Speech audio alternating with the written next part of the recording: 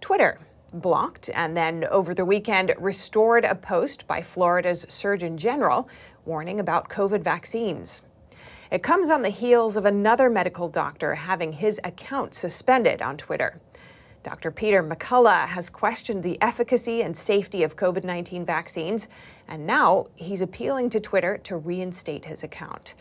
We haven't yet had a response from Twitter on this, but I did speak with Dr. McCullough earlier today. Dr. McCullough, welcome to our show. Thank you so much for joining us. Thanks for having me. You've been outspoken about the COVID vaccines since the beginning.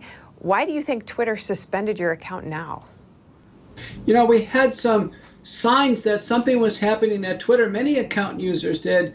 Earlier last week, there were thousands of followers subtracted, then added. This was on the heels of the announcement that Elon Musk, his purchase of Twitter, was back on.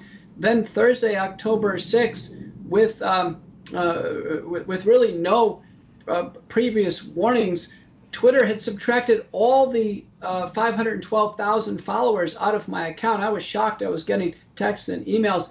And then later on, my account was suspended. So my tech and legal teams got involved. Twitter wouldn't let me download my data. And I had thousands of peer-reviewed papers, manuscripts, scientific videos on. And so now we're in a discussion with Twitter on getting my account reestablished and everything restored. And this follows a trend, right? Over the weekend, Twitter also pulled down a post about vaccine safety from Florida's Surgeon General. In your view, what's the potential risk to the public here? You know, we've relied on Twitter, which is the biggest social media platform, in order to get quickly scientific information out and carefully cite it and reference it. That's what I do.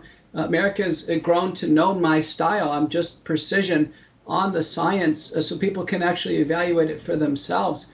But Twitter is clearly trying to shape the narrative, and now data from American First Legal through the FOIA mechanism has found that Twitter's been meeting with the CDC to craft this false narrative. In terms of the misinformation terminology here, when it comes to scientific studies, what do you think, for example, of the study the Surgeon General posted that was taken down? It found that 84%. It found that there was an 84% increase in cardiac-related deaths among men 18 to 29 within 28 days of getting an mRNA COVID vaccine. It's true. You know, that's cohesive with what we know. It's actually ages 18 to 39. But in our best cardiology journal, Circulation, a paper appeared by Patone and colleagues demonstrating 100 proven fatal cases of myocarditis. Fatal cases.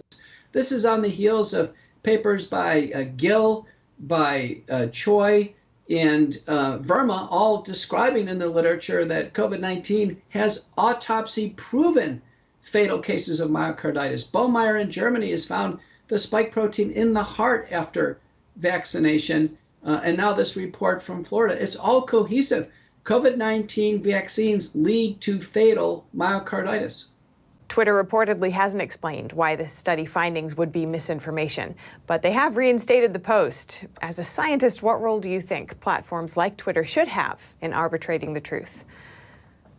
Twitter should play no role in trying to arbitrate truth. In my view, Twitter is a common carrier. It's no different than any other common communication carrier. They should probably follow FCC communication rules that deal with profanity and nudity. I don't want to see pornography on Twitter. Right now they allow that. I think Twitter ought to clean up its act with respect to these aspects of social media. But the presentation of scientific data, critical evolving information on early treatment, as well as safety and efficacy of any product, that should never be touched by Twitter. Because by doing so, Twitter is harming people. They're actually committing acts that will result in harm, mass harm to the public.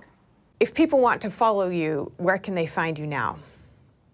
Well, you know, like the Star Wars movie where Darth Vader strikes down Obi-Wan Kenobi, you know, I've arisen even more powerful than I was before. I started a Substack, which is now wildly popular just within a few days. You can follow me on my website, petermcculloughmd.com.